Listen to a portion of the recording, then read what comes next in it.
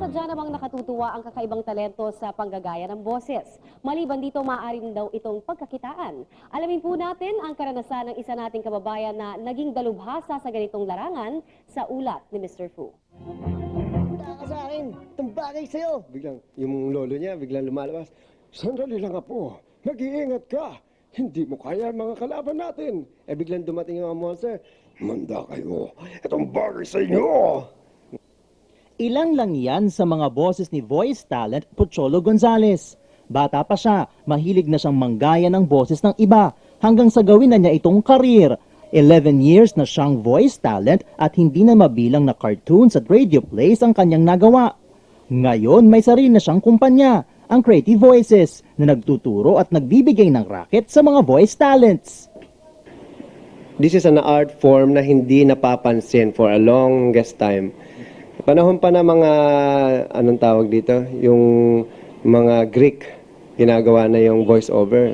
Di ba sa teatro may nagbo-voice over. Hanggang sa dumating ang radyo, mga radio drama. Nakakalungkot lang, hindi sila nakilala. At ngayon, yun ang ginagawa ng company ko. Pinakamabenta sila ngayon sa pagbibigay ng Pinoy na boses sa mga foreign cartoons tulad nito. Huwag kang mag-alala, Ryoma. Makakarating sa kanya to. Kinukuha rin sila sa mga radio ads o sa mga kampanya ng kandidato. Tuluyan na ngang binasura ng Commission on Election ang Certificate of Candidacy ng party list para sa mga miyembro ng third sex o mga bading. Hindi pa rin nawawala ang kanilang mga radio plays. Kasama natin ngayon ang isang lalaki sa unang pagkakataon magpapapako sa krus. Anong pangalan mo?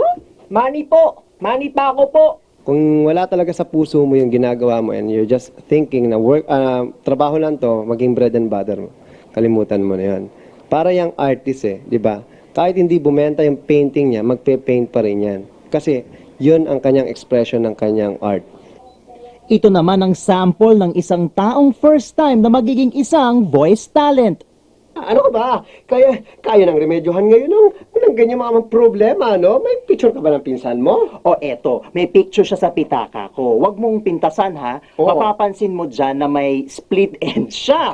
May eye bags, warts at wrinkles. Pero talented yan. Tsaka sabi mo nga, mareremedyohan naman ngayon yan. Ito ba ang pinsan mo? Akala ko makeover. Overhaul pa lang kailangan dyan. Eh, ang kulit mo eh. Okay. Galing. Thank you. Para sa Newswatch Aksyon Balita, ako si Mr. Fu. Art. Mr. Fu tells us that a career awaits those able to harness this skill.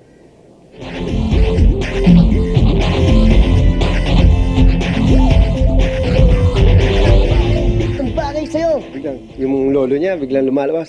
Sandali lang po, mag-iingat ka. Hindi mo kaya ang mga kalaban natin. Biglang dumating yung mga monster. Manda kayo, itong bagay sa inyo.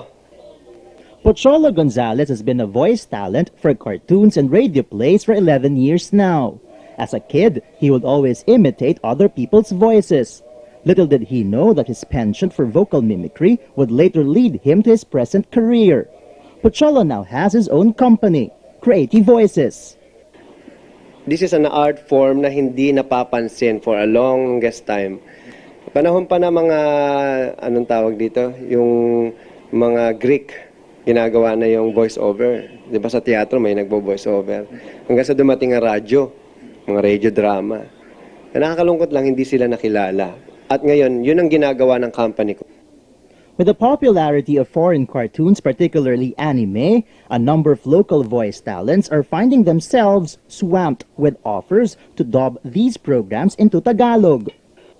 Huwag kang mag-alala, Ryoma. Makakarating sa kanya to. The election season also opens up many opportunities for them. Tuluyan na ngang binasura ng Commission on Election ang Certificate of Candidacy ng party list para sa mga miyembro ng third sex o mga bading. And of course, radio dramas are still very much around. Kasama natin ngayon ang isang lalaki sa unang pagkakataon magpapapako sa krus. Anong pangalan mo? Manny po. Manny pa ako po. Kung wala talaga sa puso mo yung ginagawa mo and you're just thinking na trabaho lang to, maging bread and butter mo, kalimutan mo na yan. Para yung artist di ba? Kahit hindi bumenta yung painting niya, magpe-paint pa rin yan. Kasi Yun ang kanyang expression ng kanyang art. The work of these voice talents would seem easy, but as one aspirant has experienced, that may not necessarily be true, although it really is a lot of fun. Ano ka ba? Kaya nang remedyohan ngayon ng ganyan mga problema, no? May picture ka ba ng pinsan mo? O eto, may picture siya sa pitaka ko. Huwag mong pintasan ha. Oo. Mapapansin mo dyan na may split end siya. May eye bags, warts at wrinkles. Pero talented yan. Tsaka sabi mo nga, mararemedyohan naman ngayon yan. Ito ba ang pinsan mo? Akala ko makeover. Overhaul na pala ang kailangan dyan. Eh, ang kulit mo eh. Alright, Okay. galing. Thank you, thank you. Mr. Fu, I Watch News. So that's what Mr. Fu looks like. Yeah. I've never actually seen him. That's cool. And who knew he was a voice actor too? True. I always wanted just before I leave this earth, Okay. I'd like to be the voice of a cartoon character. What cartoon character would that be? Anyone in particular? Something An fun. animal? And, no, something light and fun, like the genie from Aladdin. Can you like try to imitate his voice? No. Oh, can you do imitating accents?